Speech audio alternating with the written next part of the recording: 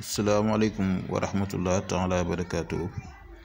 Mbokk internet yi ñu leen di nuyu di leen ziyaara di leen jaajëfal bu baax gis neen abonné yi te ñu leen ñaan ngeen gëna yokk abonné yi te ngeen xam ne inshallah yeneen secret yu am solo inshallah dina ñëw te képp koo xam ne rek am na secret boo xam ne bëgg na ko te dugalaguñ ko rek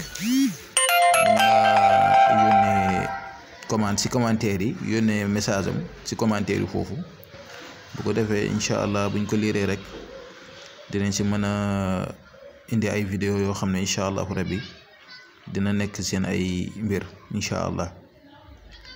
waaw tey nag da leen a indil secret boo xam ne day jëm si wàllu nopp. waaw secret bi nag nii lañ koy jëfandikoo taari bii ngeen gis si digg bi nii moom ngeen di bind ngeen waralu ko ak allahu muhammad jibril ak fa jami'nahum jami'an. bu demee ba lépp sotti ba lépp pare carré boobu noonu si ngeen yem nag ki nga xam ne moom moo bëgg na turam ne ci kaw ki mu bëgg mu ñëw ànd ak moom ki mu bëgg xëcc daal pour ñu juboo moo xam jëkkër moo xam jabar moo xam ay magal rakk moo xam daal kooku turam mooy ne ci suuf.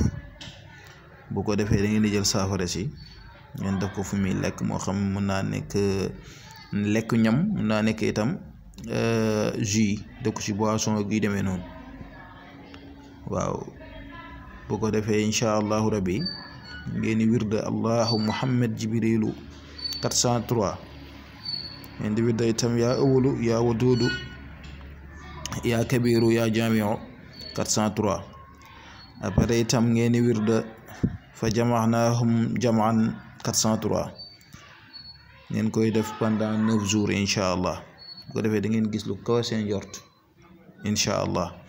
diggante boobu dana neex comme lem ak suukar incha allahu taala. kon nag ñu ngi leen di nuyu deen ziyaara di yem fii ba beneen yoon incha allah.